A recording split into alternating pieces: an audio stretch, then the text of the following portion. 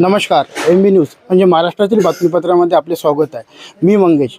आज अमरावती जिल्ह्यातील चांदरेल्वे येथील कृषी उत्पन्न बाजार समितीमध्ये तुरीची आवक सुरू झालेली आहे आणि ती आवक सुरू असताना आज त्या तुरीचे उद्घाटनसुद्धा या ठिकाणी पार पडलेले आहे. आपण बघू शकतो या ठिकाणी संपूर्ण शेतकरी वर्ग तालुक्यातील दाखल होऊन गत वर्षापेक्षा यावर्षी या कृषी उत्पन्न बाजार समितीमध्ये मालाची आवक वाढलेली आहे आणि गत वर्षापेक्षा यावर्षी मालाला योग्य ते भावसुद्धा यावर्षी मिळत आहे. तर अशातच आपल्या नगरीचे धामणगाव विधानसभेचे माजी आमदार वीरेंद्रभाऊ जगताप आहे आणि त्यांच्या हस्ते हे उद्घाटन पार पडलेले आहे. काय सांगा, काय संदेश द्या शेतकऱ्यांना?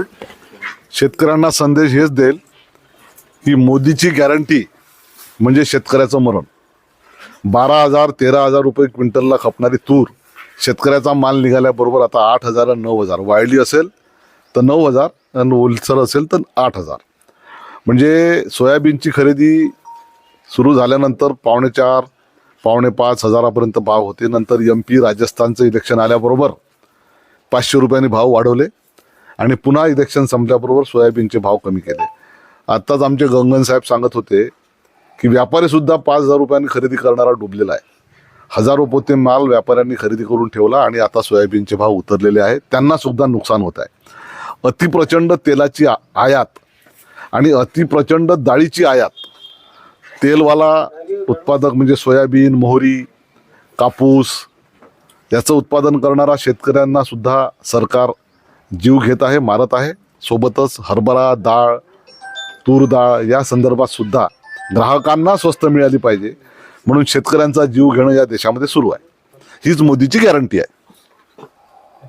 नक्कीच माजी आमदार वीरेंद्रभाऊ जगताप यांनी शेतकऱ्यांना एक संदेश सुद्धा दिलेला आहे. तसं आपल्यासोबत काही शेतकरी वर्ग आहे. तुरीचे भाव जे पाहिजे त्या हिशोबाने नाही आहे, खूप पडून चाललेला आहे आणि पडून म्हणजे मार्केट रेट चालू आहे. तसंच आता इलेक्शन असल्यामुळं एकदम रेट डाऊन करण्यात येत आहे. इलेक्शन आलं का थोडंफार वाढवण्यात येते आणि इलेक्शन झाल्याबरोबर डाऊन करण्यात येते. असे प्लॅनिंगनं काम चालू आहे, त्याच्यामुळं शेतकरी खूप नाराज आहे. सध्या काय भाव चालू आहे? असं उद्घाटन झालं असतं आज 8,000 9,000 तसे 12,000 15,000 पाहिजे तूर तर 8,000 9,000 चालवले आहे.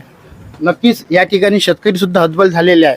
ज्या प्रमाणात शेतकऱ्यांना भाव पाहिजे त्या प्रमाणात शेतकऱ्यांना भाव मिळत नाही आहे. तर बघत राहा MB न्यूज. MB न्यूजला लाईक करा, सबस्क्राईब करा आणि विविध बातम्या बघण्यासाठी www.mbnews365.in वर भेट द्या. धन्यवाद.